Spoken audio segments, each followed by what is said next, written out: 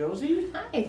Welcome to our studio and welcome to Empower. Thank you for having me. You're welcome. So, how did you start? How did you start in social work? So I went to Niagara College and took the social service worker program. And when I did that program, I did a co-op at Oak Center. Oh, awesome. And I finished my placement and was hired right after. So my social work career happened at Oak Center, and I was there for 17 years before I moved along and came to Gateway. That's awesome. And I've been at Gateway for almost 3 years. That's great. Mm-hmm. Did you have Phil Durant? I did. That's awesome. I had Phil and Rick, and I had Lynn Bird, but she passed away a few years ago. But those were my 3 teachers when I was in the social service worker. Yeah, I've met Phil before. Yeah. He's a really awesome teacher. Yes, I think he since has retired, but Yeah. but he was wonderful. Yes. Yeah. What are the supports that you offer through your office?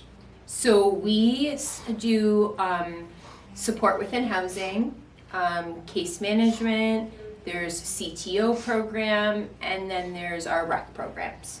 Oh, that's awesome. That's how you got a different variety of programs. Yeah. That's great. Yeah. So who are the people you support? So in my support within housing role, I support our clients that are in our program that are housed by Gateway, and we help provide support with things like maintaining their homes, doctor's appointments,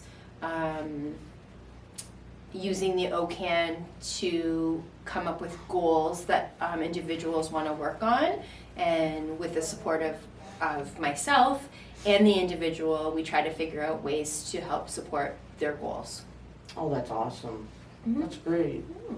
And in my new role as team lead, I'm supporting staff that are connected with our clients. Oh, that's awesome. Mm-hmm. So you're kind of doing a little bit of both. A little bit of both. That's great. It's nice to have that combination. Yes, for sure. Nice. Mm-hmm.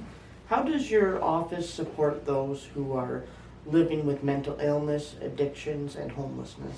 So I think within the organization, we try to provide supports like housing, CTO, case management, but also we'll refer people to organizations like CASN, or we also have our Homes for Good programs, or that will help with homelessness. So we try to provide as much service as possible for those individuals that are in need of help. Oh, that's awesome to hear. That's great. So we have a lot of community partners that we try to refer our clients to. That's great. Sounds like Gateway has like lots of supports that I didn't really realize that you guys have all that support. Mm-hmm. Yeah, It's great to know. Yeah. Yeah. What are the difficulties people are facing right now during COVID-19? Well, I think COVID just in general has caused some some headaches for people, but I think just trying to figure out what our new normal is going to be and how it's going to look and how to kind of get that started. Right. And I think just, normalcy, connecting with people. There's still a lot of fear. We don't really know what's going to happen. Mm-hmm. So I think just trying to find normalcy again has been a struggle for people.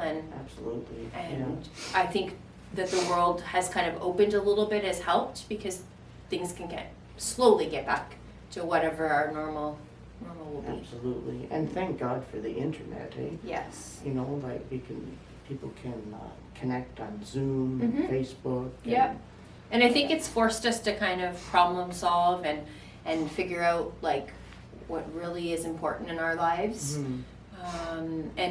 Like connecting through social media and our phones and reaching out to people has really been helpful. And I think we're doing more of that now because of COVID than maybe we would have when our lives were just busy. Yeah, absolutely. Who would say somebody would want to contact someone to get help?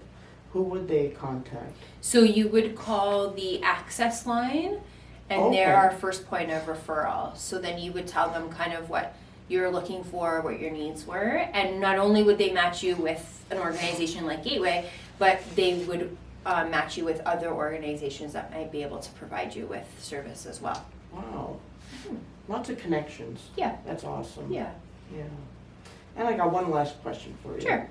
What do you do for fun? What do I do for fun? Well, I really like to shop. So Well, same shopping here. is my thing. I love to hang out with my daughter and my husband.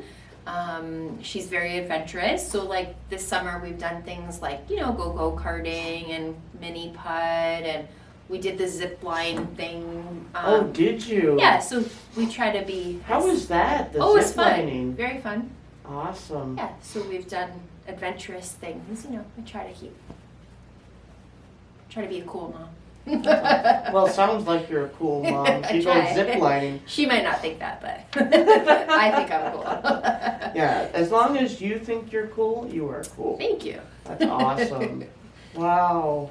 Well, thank you so much for Thank you. joining me and allowing me to interview you. And it's been a great pleasure. Yeah, thank you for having me.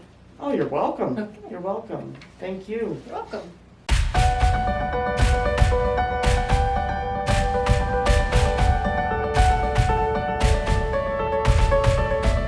I love coffee as well. Don't we all? Talk about your decaf coffee.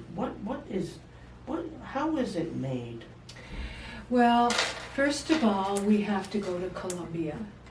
So when we're in Colombia, you can envision people in coffee bean fields for miles and miles on the Wow. side of a mountain. And then they give them to their cats, Mm-hmm. and the cats eat them, the coffee beans, Oh, and then they poop them out. interesting. And that's how we make our coffee. We collect poop, cat poop.